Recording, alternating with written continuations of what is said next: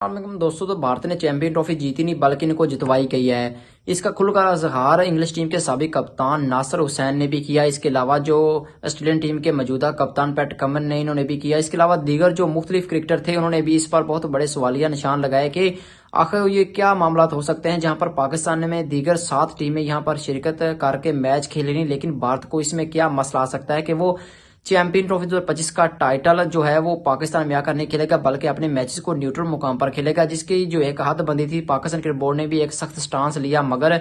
जब आईसीसी, इसके अलावा भारतीय क्रिकेट बोर्ड और पाकिस्तान क्रिकेट बोर्ड के दरमियान में कुछ मामला ऐसे तय पा गए जिसकी वजह से पाकिस्तान भी इस हाइब्रिड मॉडल पर मान गया। लेकिन इसकी जो खुलकर इजहार किया गया है वो यही था कि जो ऑस्ट्रेलियन टीम के जो साबिक कप्तान थे, इसके अलावा जो इंग्लिश टीम के साबिक कप्तान नासिर हुसैन ने उन्होंने मीडिया से गुफ्तगू करते हुए कई अहम सवालों के जवाब भी दिए। लेकिन उनमें से एक खास सवाल ये था कि क्या आईसीसी और भारतीय गठजोड़ है वो चैंपियन ट्रॉफी 2025 को मुतासर करेगा। तो नासिर हुसैन का कहना था कि हाँ, ये भारतीय क्रिकेट बोर्ड और आईसीसी का एक बहुत बड़ा प्लान है कि चैंपियन ट्रॉफी 2025 का टाइटल सिर्फ भारत को ही बनाना है, सिर्फ एक ही वेन्यू में खेलकर, एक ही पिच में खेलकर। इसके अलावा जो होम क्राउड एडवांटेज है, इसके अलावा जो पिच रिपोर्ट है, इसके अलावा जो भारत एक प्लान के तहत पूरे चैंपियन ट्रॉफी 2025 में शिरकत करता है जहां पर जो भारतीय मीडिया की जानब से, इसके अलावा भारतीय स्पोर्ट जर्नलिस्ट की जानब से बहुत ज्यादा भारतीय टीम पर तनकीद का निशाना बनाया जा रहा था कि आखिर भारत किस बुनियाद पर एक आईसीसी इवेंट्स में 5 स्पिनरों के साथ लगातार आ रहा है, जबकि उनके पास सिर्फ 2 फास्ट बॉलर मौजूद थे।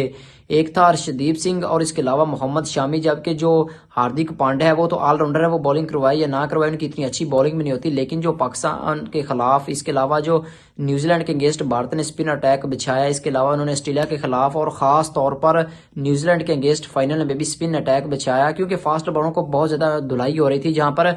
मोहम्मद शामी और हार्दिक पांड्या को न्यूजीलैंड के जो ओपनर बैट्समैन थे विल यंग और इसके अलावा जो रिचर्ड रविंद्रा थे, उन्होंने एक शानदार प्लानिंग के जरिए एक मैच